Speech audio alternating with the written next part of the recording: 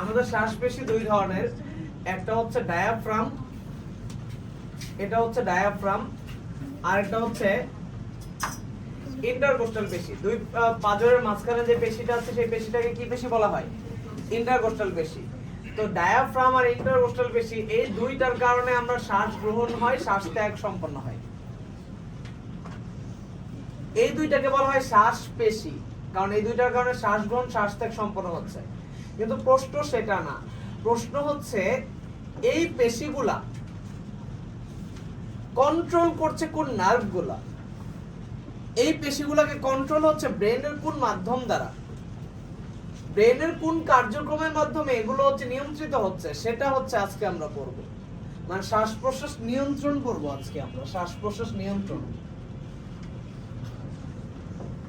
আজকে আমরা শ্বাস প্রশ্বাস নিয়ন্ত্রণটা করব, যে শ্বাস প্রশ্বাসটা নিয়ন্ত্রণ হয় কিভাবে। শ্বাস প্রশ্বাস নিয়ন্ত্রণটা হয় ব্রেনের মাধ্যমে। শ্বাস প্রশ্বাস নিয়ন্ত্রণ হয় কিসের মাধ্যমে? ব্রেনের মাধ্যমে। এখন ব্রেনের পুরো ব্রেনটাই কি শ্বাস প্রশ্বাস নিয়ন্ত্রণের জন্য কাজ করে না? ব্রেনের একটা অংশ শ্বাস প্রশ্বাস নিয়ন্ত্রণের জন্য কাজ করে।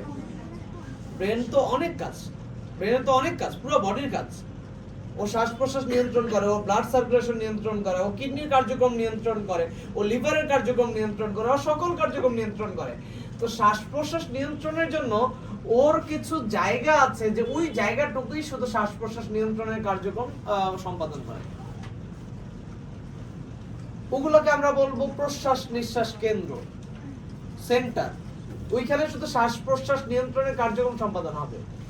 আচ্ছা, ব্রেনের গঠনটা মনে আছে কিনা তোমাদের? ব্রেন তিন ভাগে বিভক্ত, অগ্র মস্তিষ্ক, মধ্য মস্তিষ্ক, পশ্চাৎ মস্তিষ্ক। মস্তিষ্ক কয় ভাগে বিভক্ত? অগ্র মস্তিষ্ক, মধ্য মস্তিষ্ক, পশ্চাৎ মস্তিষ্ক। অগ্র মস্তিষ্ক হচ্ছে পুরোটা হচ্ছে অগ্র মস্তিষ্ক, পুরোটা হচ্ছে অগ্র মস্তিষ্ক। কেটে লাগাই দিয়ে পুরোটা হচ্ছে অগ্র মস্তিষ্ক। অগ্র মস্তিষ্ক আবার কয় ভাগে বিভক্ত মনে আছে? তিন ভাগে, cerebrum, thalamus, hypothalamus. Cerebrum, thalamus, hypothalamus. মধ্য মস্তিষ্ক। নিচে আছে পশ্চাৎ মস্তিষ্ক। পশ্চাৎ মস্তিষ্কের আবার হচ্ছে তিনটা খণ্ড, cerebellum, ponds, medulla অবলঙ্গাটা। Cerebellum, ponds, medulla অবলঙ্গাটা। তাহলে এই পুরো মস্তিষ্কটার মধ্যে আবার বলি, মস্তিষ্কের তিনটা খণ্ড, অগ্র মস্তিষ্ক, মধ্য মস্তিষ্ক, পশ্চাৎ মস্তিষ্ক।